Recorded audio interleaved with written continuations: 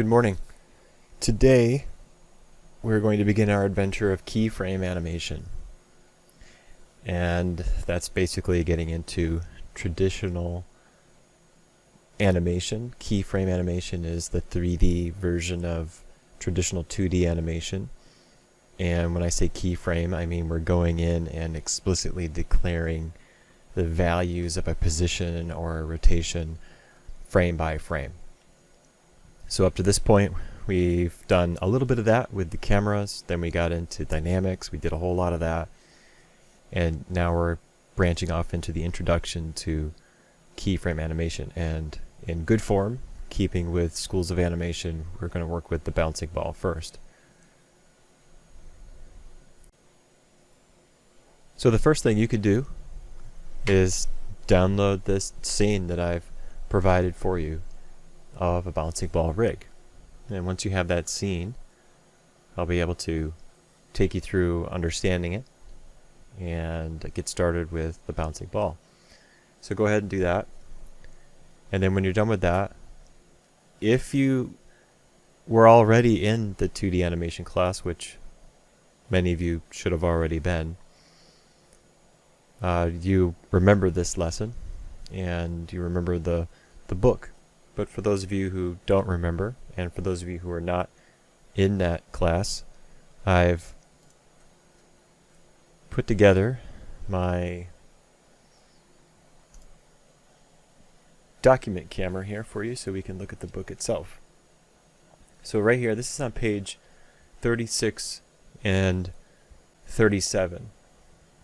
And this lesson is pretty simple, and yet incredibly complex. So let's look at this. So the bouncing ball says it all. The old bouncing ball example is often used because it shows so many different aspects of animation.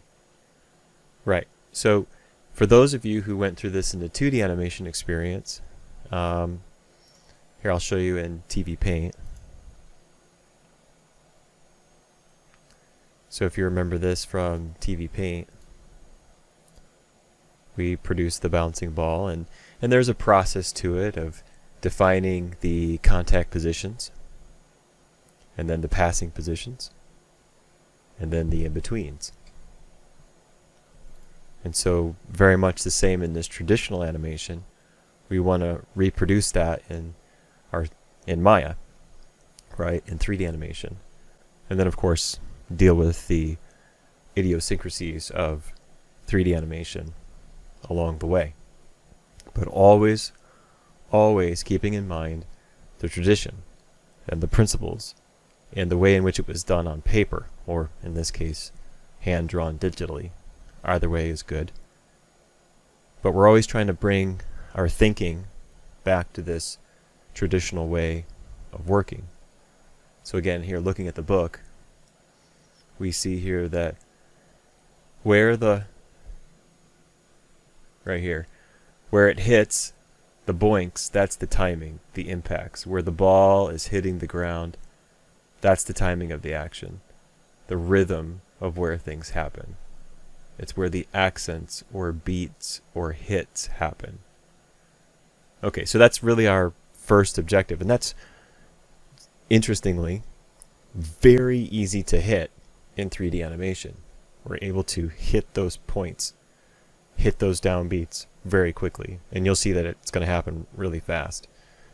Even when I go slow, it's going to happen fast. The tough part in 3D animation, and this truly is the tough part, it's the squash and stretch. So if I just take a moment here and flip over to a page.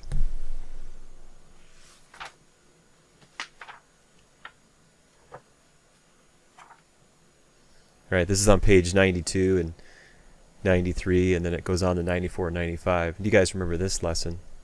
Again, if you don't, or if you never saw this, here you go. So this is the idea of squash and stretch, right? So in order to get more impact in contacting something, we're going to contact it, so the ground, we're going to contact the ground, and then we're going to squash on the ground. So it's going to be 2 points of contact. But the one just before we hit the ground, that one, it's going to be stretched out. So that's the thing that's really tough to get in 3D animation, and that's a big job of the rigger, when the rigger is the person who designs the character's ability to be articulated.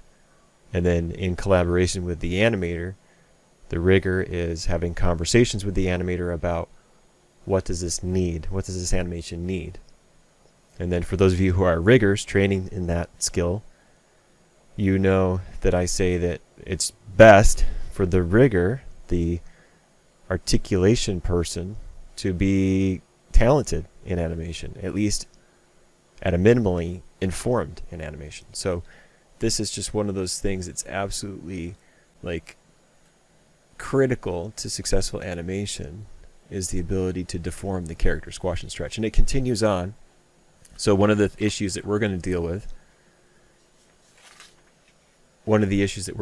is the issue of contacts right here. So we've got a frame 9 and a frame 10. And then we've got this issue of spacing when we leave the ground. Again, this should be familiar to most of you. And what I'm going to do is try my hardest to build this in. I'm going to try to get a gap. Let's go back to page 36. Right here.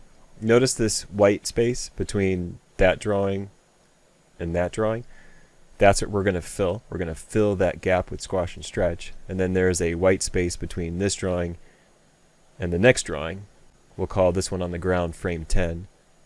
The next one's frame 11. Frame 11, we intentionally cause space between where it was and where it's going. And that's what's going to give it this pop and snap. And then, of course, there's some idiosyncrasies in 3D animation about how to get that done. So, with all that said, and we can see an example of it here too. If we look at my TV Paint, we can see here we strike the ground, squash, and then we have a bit of white space between. Really critical. And then we're going to overlap. And then here's the process. Okay, let's get this into our head. This is really important. So I drill this in the 2D animation. Here it is again.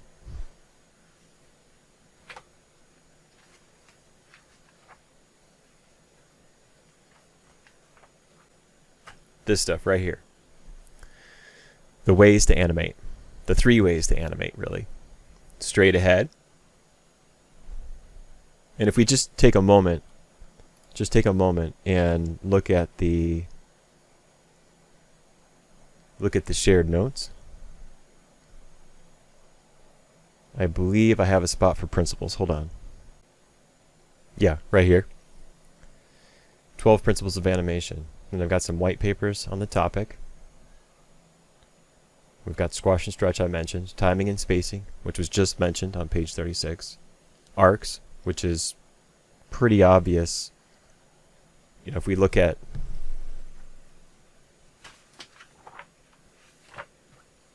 page 36, arcs is just basically the path of action.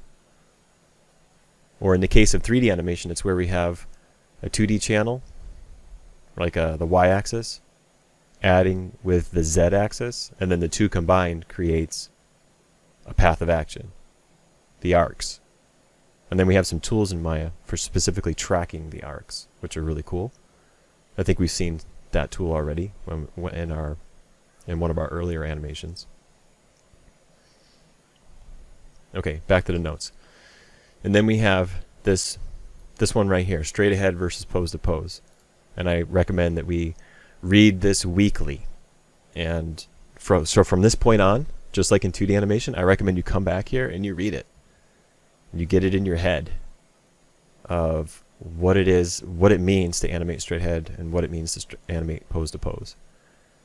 Now, for our character, just like, we just hide this for a moment, just like our bouncing ball, our character in 3D animation, so here it is in Maya, this character has one body, one object. So I don't have to worry so much about its multiple parts and I don't have to worry about issues like follow through and overlapping action because I only have one thing here. I don't have to worry about follow through and overlapping action, secondary action, exaggeration, yeah, somewhat. Anticipation, I could probably pull that in. Staging, yeah, okay. Solid drawing, it's not even an issue. The character's already done. Appeal, again, design's already done, not an issue. All right, so let's take a look at it here in Maya. I'm just gathering some pieces. Actually, I'm sorry, one last thing.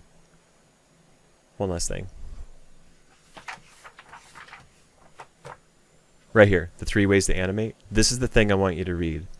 So we are going to implement the pose to pose method, and I specifically want to point you at this keyword right here.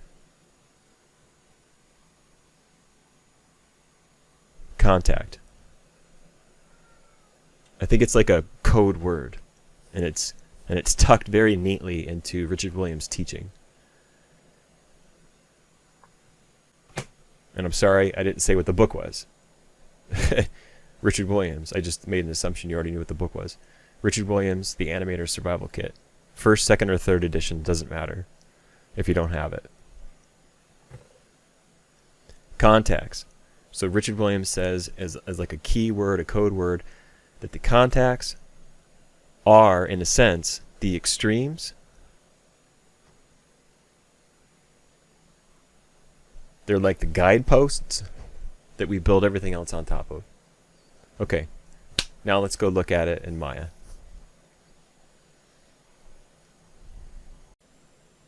Okay, here we are in Maya.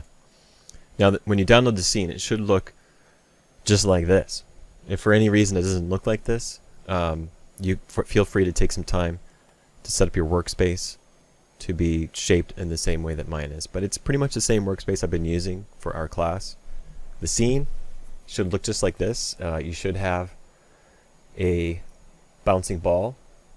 You should have some default lights.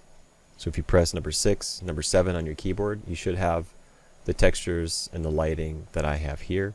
Don't forget you can hold Alt-B to change your background color to make visualizations easier.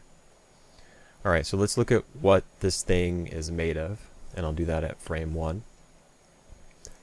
And I don't think I need my shelf, so I think I'll just hide that for the moment. We'll just turn off the shelf. Give ourselves just a few more pixels of real estate. Okay, so here's what it's made of. It's really simple. It's just a few objects. And I don't think we need the attribute editor. Let's just show the channel box.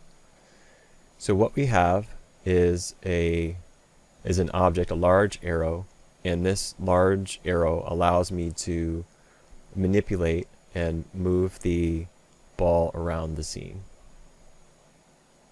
It's pretty simple.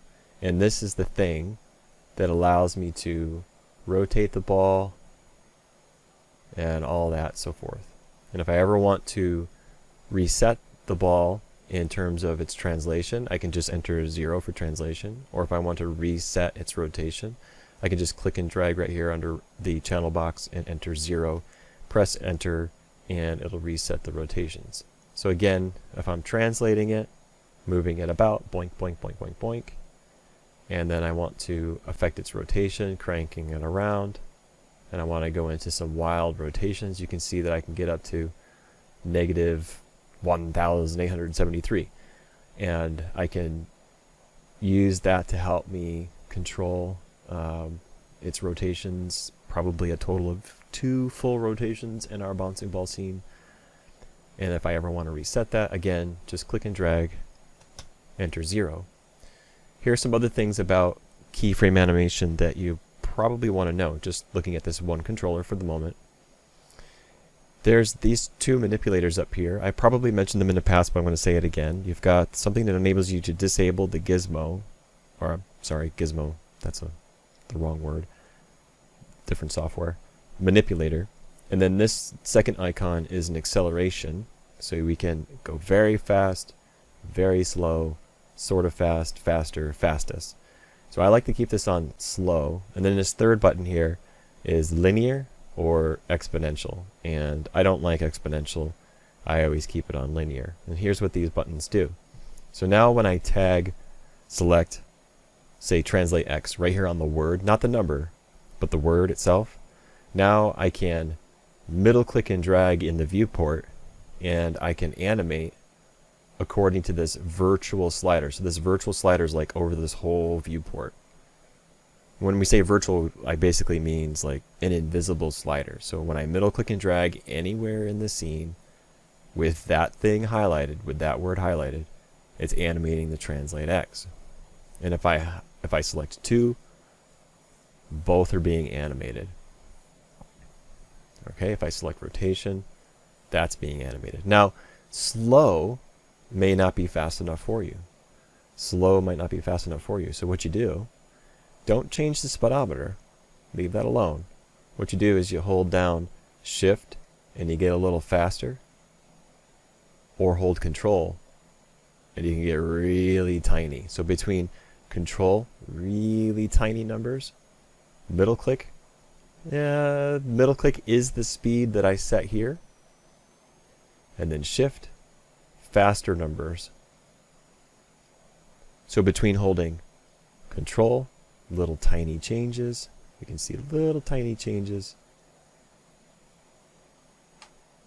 Just a regular middle click, that's the actual speed of this speedometer, and then holding Shift, much faster.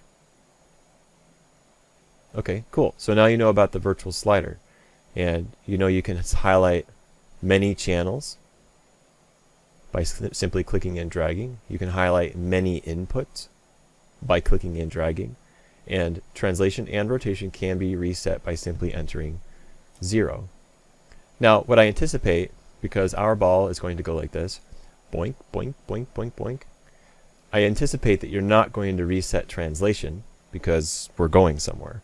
But I do anticipate you're probably going to want to reset rotation. So get comfortable just clicking and dragging on rotation right there to reset it in order to do whatever you need to do. Alright, so let's look at the next controller. So the next controller is this wide band wrapped around its equator. And this is the squash control, the squash and stretch control. So similar to the other control, it can be translated, so we can move it in different positions. We can rotate it.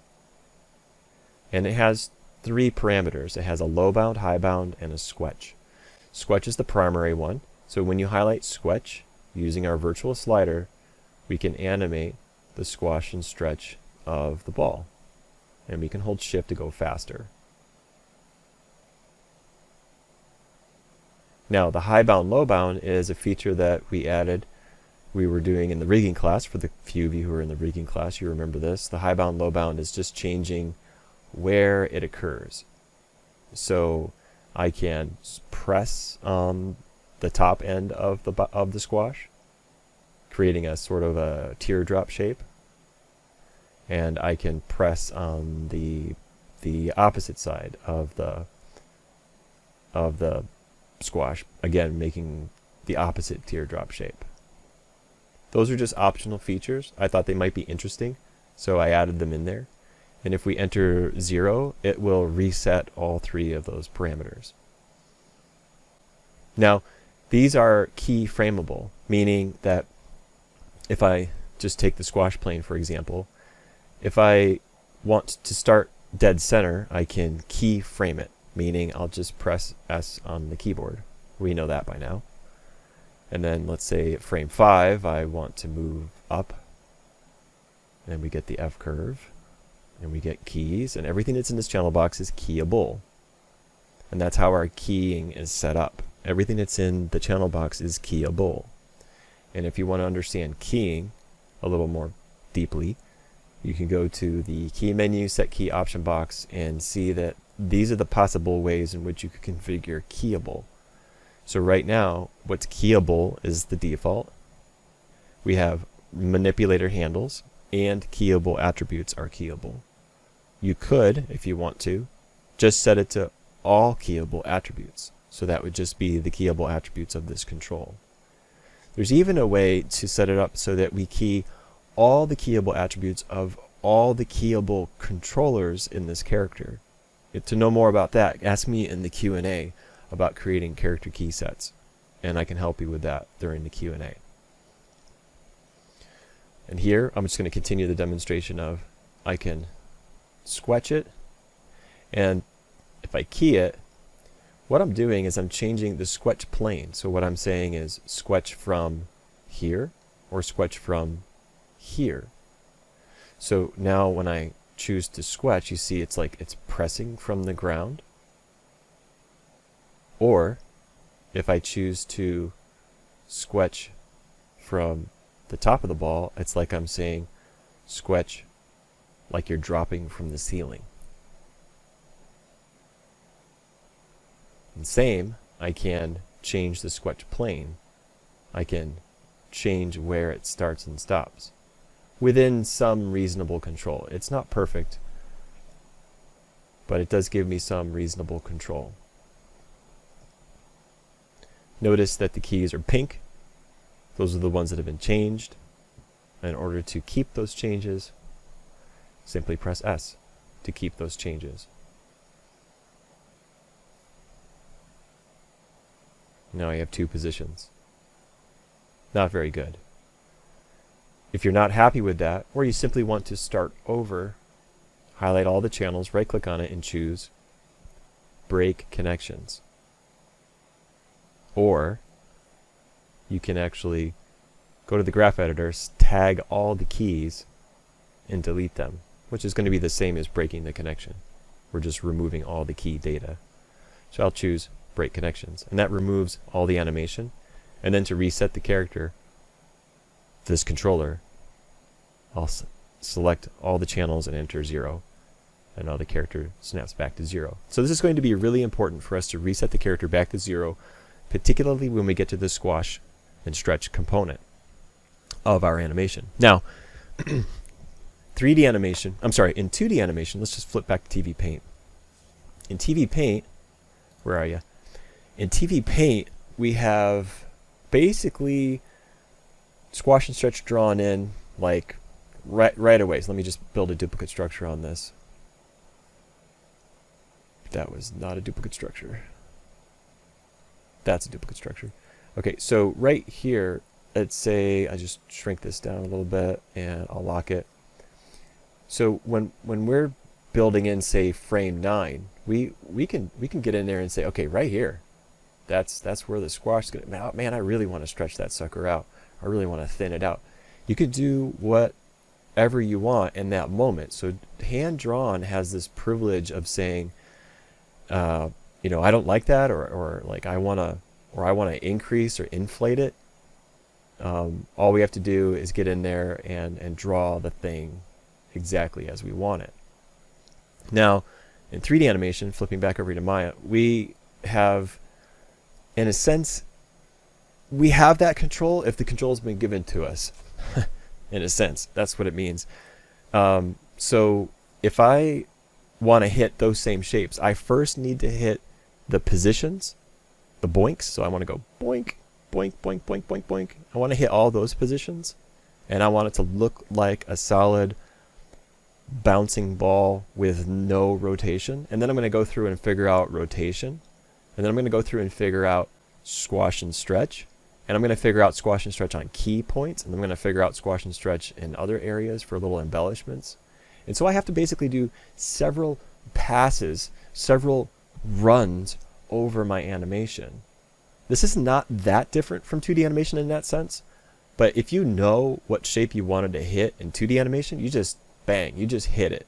You don't have to like say, okay, it's here, okay, but now I need to squash and stretch it. And maybe academically we do that initially, but that's really not necessary in 2D animation when you know what the shape needs to be. You just draw it. Here, on the other hand, there's two schools of thinking, and let me pull up the shared notes on this two schools of thinking. And I'll be coming back to this idea of two schools of thinking on in future lessons. But there is a category I have in here underneath. I think it's under the character animation. on here it is, schools of thought. Layered versus posing.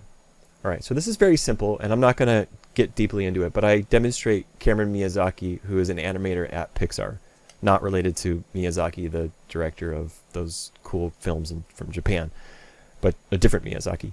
This guy, when I first discovered him well over 15 years ago, he was famous amongst the web forums. He was famous for being able to hit the pose of the character on the whole character all at once and just keep going. He didn't work in layers. He didn't like figure out where the feet go and the hip, and then figure out where the knees go, and then like figure out where the arms, and then the face, and then all that. He didn't work in this layered approach, which most of us do, including me. He was this unique individual that could just see the whole character. So if you think that you're that person who can just see the whole character the entire moment in time, like just capture it, awesome.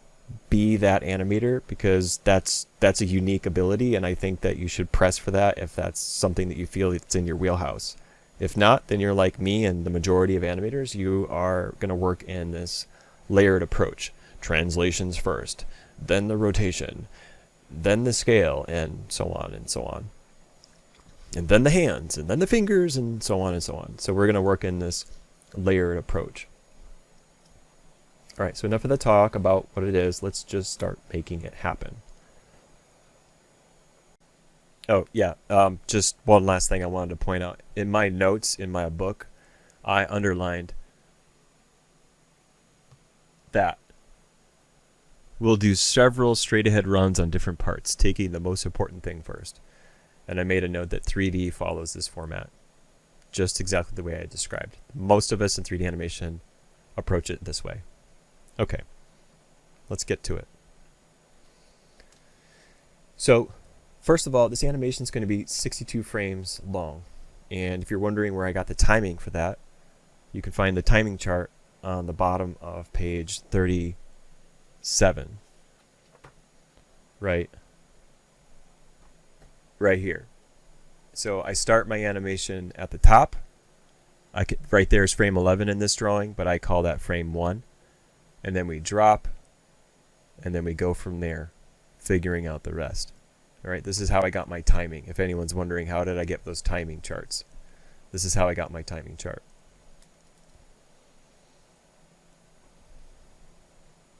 So I'm going to reset the character and work on a flat view, right-hand view,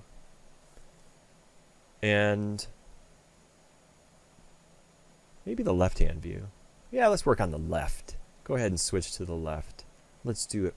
Let's be spicy and work on the left. All right. You don't have to have the grid turned on if you don't like it. It gives me some sense of, where am I. But in general, yeah, you don't really need that. So let's start at something reasonable, like maybe 5 units, maybe 10 units. 10's probably getting a little too far away from the camera. Let's stay at 5 units. We'll stay close to the camera.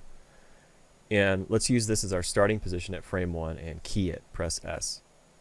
Change the frame range to 62 so that we have a total of 62 frames.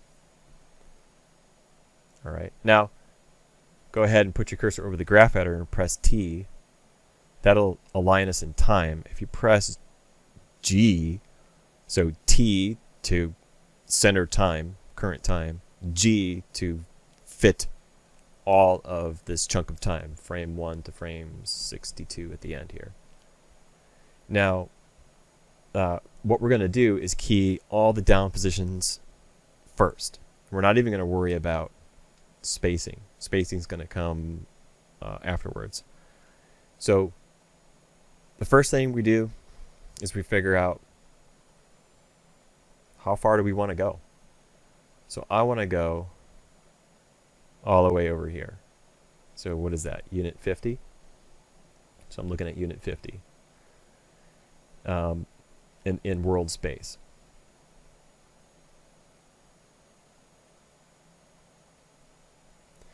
And I want to be exactly on the ground. I want the ball to hit 0 on the y-axis. So I'm going to set this value to 1.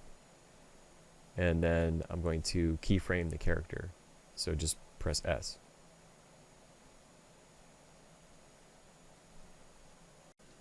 Okay, so there's something interesting here. If you go underneath ball, duplicate, and right there, there's this another object called ball, trans, rotation, scale, anim. Okay, so that thing is actually controlling the scale of my object. And I didn't realize that I left the scale set to something other than 1.0. So if you were wondering why it is that this key is a value of 12.7, but its position is somewhere near 50 in world space, it's because something underneath has scaled it. It's actually scaled the animation. So if I were to tag these 3 channels and play with the scale of the character, I can actually scale the entire animation. It's one of the brilliance things about 3D animation is I can scale the animation. Not that different than taking something in 2D in TV Paint and making a cut brush and then scaling the cut brush, or just scaling the entire animation in TV Paint. So very much the similar, we can do that here. So in order to keep our numbers consistent, I'm going to set that value to 111. I apologize that it's not at 111 initially, but now you know where it is when you need to scale the animation. And I'm happy to be reminded that it's there. So now our animation makes sense. So when I animate to this value, the value of 12 over here is actually the value, that same value here, and this value here, and this value in the grid numbers all match up. Okay? So feel free to, and please change this scale to 111 so that all of our numbers match up. Okay, now I want to tell you that the downbeats, the actual numbers for the downbeats is 10, 26, 38, 48, 54, 58, 62, and 60. If you need a reminder of that, it's right here. It's right here in the shared notes. So that's our next step, is to hit those keys. So back here in Maya, go ahead and minimize that. We don't need to see that. In fact, we don't really need to see the outliner at all because we have our 2 visual controllers right here in the viewport. When you're making your selection, just be sure that you're selecting just the orange object. Try not to capture both the objects or even capture the ball in your selection. In fact, the ball really should be on its own layer. To protect yourself from moving that thing or animating that thing, you can make a layer and set that layer to reference for the ball geometry. So, and be sure to rename that layer so you know what it is. Again, I apologize, I should have done that already, but that will prevent you from selecting the ball itself. Okay, so let's hit all the downbeats. So we know the downbeat is going to be at frame 10. It's going to be on the ground, and let's turn the grid back on. It's going to be on the ground, and the ground is a value of 1 because the ball has a radius of 1. And then while we're here, click on Translate Y and press S to keyframe it. Notice that the Z-axis and the X-axis are going to get keys along the way, but don't worry about those.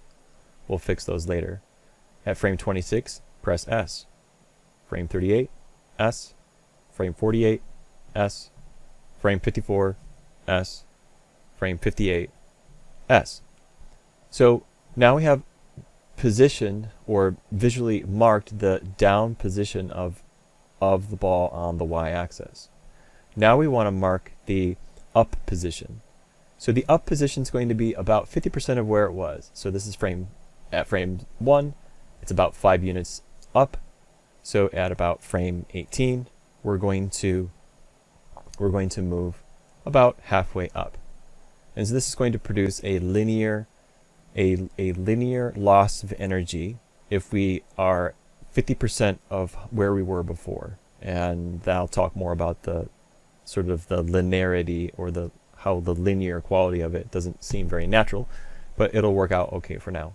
So again, just press S in that up position, and then somewhere in between. So it's probably 32. Is it 34? I don't know. The numbers don't really make sense. I mean, how many numbers do I have? I've got 1, 2, 3, 4, 5, 6, 7, 8, 9, 10, 11 frames. So is it 31? Is it 32? We're gonna make a guess and say, yeah, it looks like it's 32. And press S, and we're gonna go here about halfway, up, press S, here about halfway, up a little bit, press S, here, just up a tiny bit. Don't worry about how high up it is, just get it up. And there you go. And maybe not so far. There we go. And then we can examine the y-axis and see how we're holding up. No pun intended. All right. So now that we see up position, let's fix the Z position. So the Z position is going to be kind of like this arc right here. So we could play it and see, well, how is it shaping up? Not so great. It looks kind of gooey. So we need to sharpen it. We need to get the pop and snap. Pop and snap. So first, let's just remove these keys on the Z-axis and set the Z-axis to a linear F-curve, so just a straight line. On the X-axis, remove any of the extra keys except for the first and the last, just to remove data. So that just helps to limit how much data there is. Then, because we're not moving on the X-axis, at least not yet.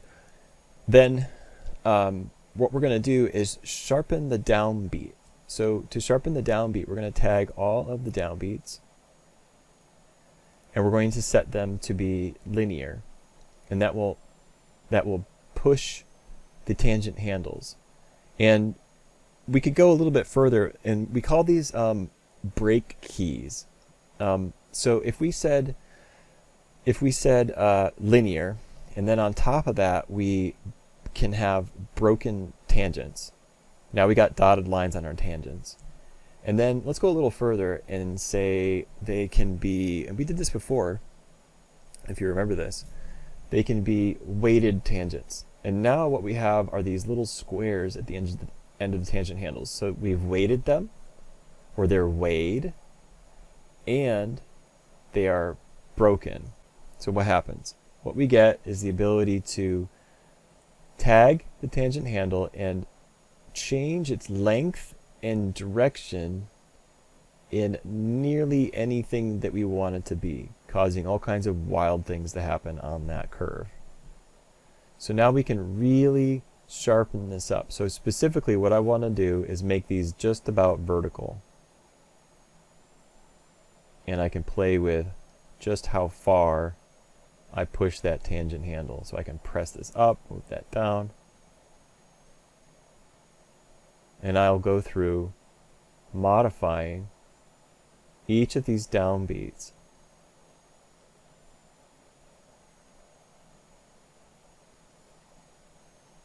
Don't get too obsessed with them. Don't get too precise yet. Just need a little bit. And then when we get near the end, when it's almost frame by frame, it won't really matter, because it's just about frame by frame at that point. So it won't really matter. We actually need a downbeat at frame 60. That's my bad. 60 should be a downbeat. So that value should be 1. And key it.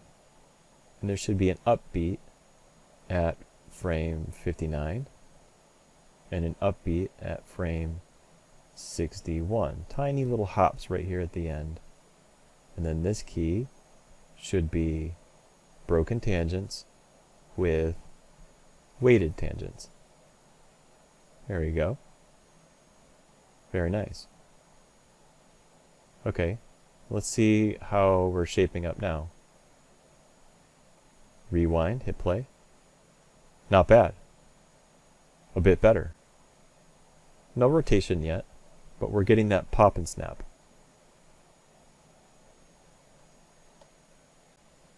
Okay, not bad. Now let's edit the arcs and the path and the spacing. And this is primarily done on the y-axis. Now, because we're moving in 2 dimensions, it looks like this y-axis is the arc. But please, please, please do not confuse arcs with f-curves. They are not equal. In fact, the arc of this object can be seen if we visualize the editable motion trail. That's the arc of the character. And if we look at this in perspective, we can see, just turn off the grid for the moment, we can see this 3D, in 3D we see the curve, which is the arc or the path of action. That's the thing that's controlling where the character is. So that's an addition of z plus y plus x is forming the path in 3D space. All right, so what I'm going to do is modify my y-axis f-curve and watch the arcs to see if I'm getting a good result. That's more or less the idea. So if I want to go a little higher, I can press that up a little higher. But notice that as I move this up higher, notice how, and I'm exaggerating this, but see how it turns into a V shape, upside down V shape? Well, that's not quite what I want. I don't want a V shape. I want it to be like an upside down Liberty Bell or a U shape. So if I'm getting this U shape, that's a much better shape for the bouncing ball. And I'm looking for that bell shape all the way across. So in order to, so this is a pretty decent bell shape right here. I like that. This one's getting a little wide. This one's very wide. These are just a bit too wide. And they're also not quite the right height. So I'm going to go through modifying their heights.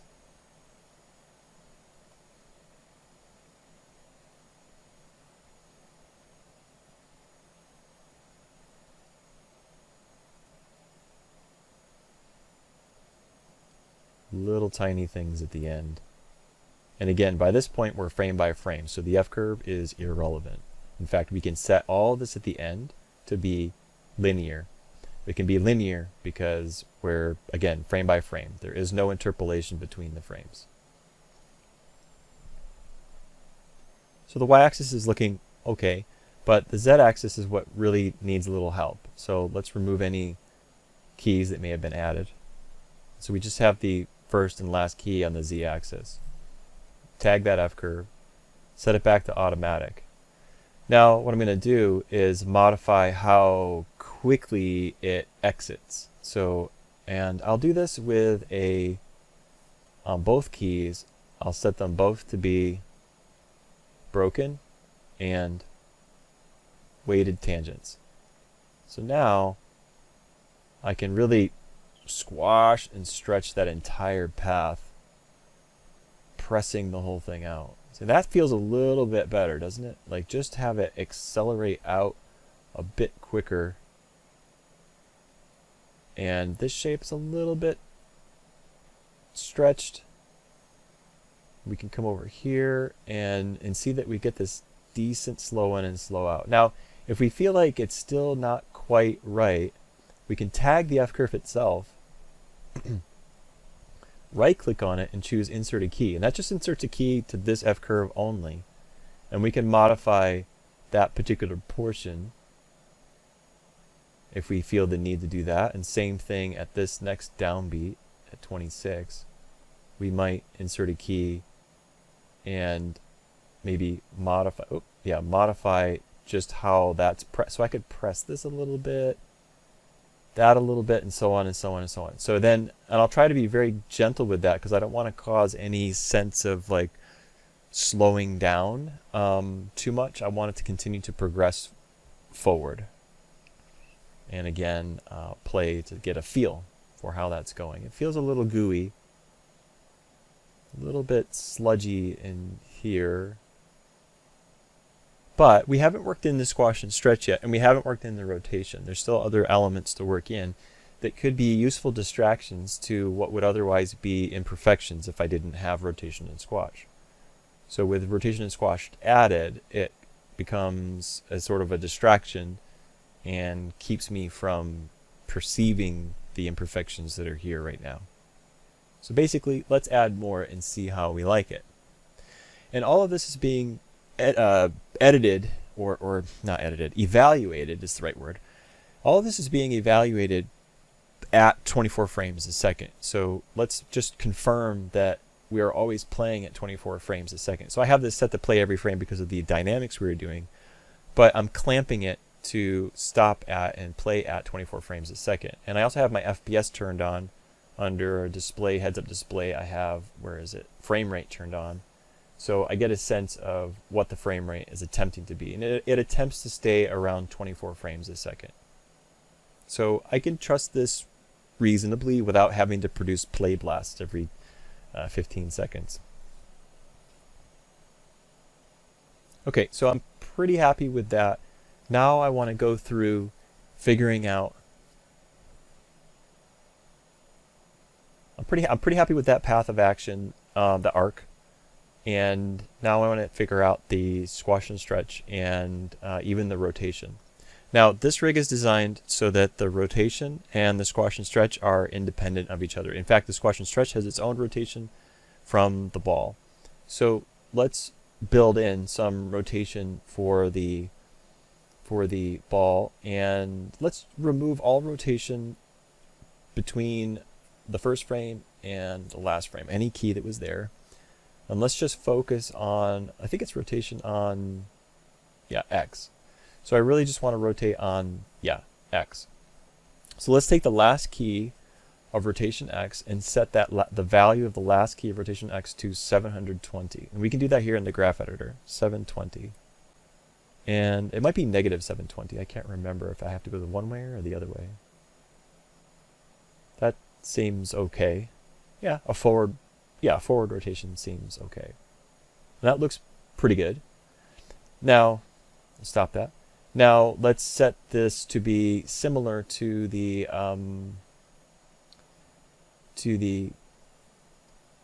z-axis, where we break the tangent handles and we weigh the tangents, and then we take the tangent handle and we manipulate by like accelerating at the beginning and then slowing down towards the end. And let's see how that feels. And that seems way better. Okay, I'm pretty happy with that. Now that I've resolved the rotation, or at least for the moment I've resolved rotation, now I'm going to switch to the squash and stretch. This is where we're going to do quite a bit more work. So again, let's just press G to frame up all of the time. And at the beginning, let's set a keyframe for all of these to get it into the graph editor. So just press S at frame 1 and everything's at 0. Now at frame 10, we know we're going to squash. And when we squash it, that's going to, well, let's just show you what happens. So if I squash it at frame 10, and I'll use a squash like that much, and I want to squash at the ground, so I'll change the squash plane, switch this to the left hand view because we're being spicy today, and press that right down to the ground. I didn't realize I can't quite see if it's touching the ground. Yeah, a value of, okay, there we go. A value of -1 is touching the ground. Yep. Good. Then we'll key it. Now here's what happens. So it is squashing all the way down. All right, so that's not quite what I want. So let's go back to TV Paint. In TV Paint, we have a squash at frame 10. So we drop it down here, and then at frame 9, we're stretched. But frame 8, you can see we're pretty much the normal shape. I don't stretch 8, although we could stretch frame 8, but I generally don't. So back to Maya. So at frame 8, let's reset all of this and key it. So now the change doesn't happen until 8. And then at frame 9, as you saw, we stretch. And then we don't just stretch at frame 9, but we stretch and we contact, right? So there's a contact right here, and it's that 2 frames of contact at 24 FPS. 2 frames of contact at 24 FPS. That's the key. And that's how we know that something has hit the ground, because I've got 2 frames holding it there. So when I play this back, when I play it back, we have a sense that something has touched the ground. All right, let's think about that. So we need the squash plane, the squash plane, which is hiding, apparently, to be at -1. And so okay, so this is where things get a little weird. It has to be at -1, which is the bottom of the ball, and that's now the location of its stretch. Okay, we could do that. But that's a little weird because we are in the air, so maybe we should go to +1 and like reach for the ground. But that might be a little weird because we're not really contacting anything at the ground. So perhaps it's best to be at dead center, at 0. And then the degree of stretch is, well, as much as you want it to be, and the purpose of this stretch is not only to, the purpose of the double contact is so that we can see contacts at 24 frames a second, but the purpose of the stretch is to create what's called strobe. Okay, I'm adding the word prevention, but it's the strobe effect, or strobing effect, so where it like flickers and flashes. So we're stretching it out to prevent that strobing effect. Or in a sense, we're using squash and stretch to convey a sense of what kind of material it's made of. There's always that too. That's very important. Okay, but now it needs to touch the ground. Okay, so I'm happy with that stretch. Let's just make it a full 1.0 on squash. I'm happy. Oops. Come on. There we go. I'm happy with that squash, but now it needs to touch the ground. Well, that's when we have to come back to our translation object on the y-axis, and now we have to mess with this. So select the y-axis, insert a key, tag that key, and push it down to the ground, like so. And so what happens is between, come on, Matt, come on, frame those two up. What happens is between these two keys, we have no interpolation. We can ignore whatever the tangent handles are doing between these two keys. So what was happening on the tangent handle here at 10 is what needs to now happen on the tangent handle at 9. So 9 needs now to be broken with weighted tangents so that I can do things like that at frame 9. All right, so how do we know it's working? Well, we do have the arcs, so we see the visualization of the arcs, and we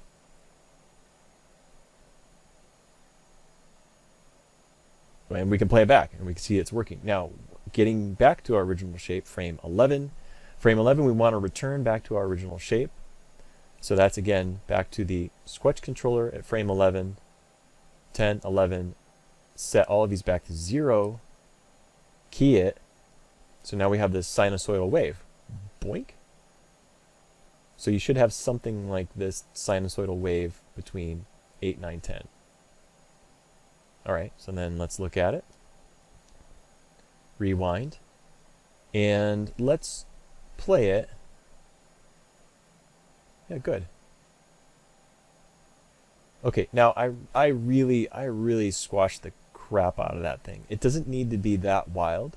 So if you feel like that's just too intense, you can diminish it. And if you felt like that's too intense, you can diminish it and get back to the y-axis of the main controller and press it down even more so. And again, this wackadoo interpolation right here is irrelevant because there is no interpolation between 9 and 10. Okay, so then playing it back, rewind, hit play, we have the beginnings of our squash and stretch. Okay, so I'm out of time for this session. We're going to come back in and change the squash and stretch. We'll talk about scaling the animation, which we saw. We'll talk about duplicating the animation, and then we'll also talk about, and please remind me in the Q&A to get into the topic of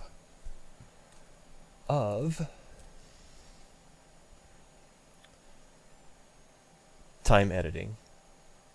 Ask me about this, and once our animation is complete, we can look into the topic of time editing. And on your own, as a challenge to you, since you now know all of that stuff about dynamics, let's see what you can do combining this keyframe animation with something dynamic that you've done in the past. I really look forward to that. So have fun with it, and I'll see you in the Q&A. I love you all. Take care.